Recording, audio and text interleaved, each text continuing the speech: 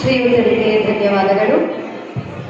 ಈ ಒಂದು ವಿಶೇಷ ಕಾರ್ಯಕ್ರಮ ನಮ್ಮ ನರ್ಸರಿ ಪುಟಾಣಿಯಾದ ಐಶ್ವರ್ಯ ತನ್ನ ಅಜ್ಜಿ ಹಾಗೂ ತಾತನನ್ನ ಕುರಿತು ಒಂದೆರಡು ಸಾಲು ನಿಮ್ಮ ಮುಂದೆ ಹಾಡಲು ಇಷ್ಟಪಡ್ತಿದ್ದಾಳೆ. ಐಶ್ವರ್ಯ ವೇದಿಕೆ ಮೇಲೆ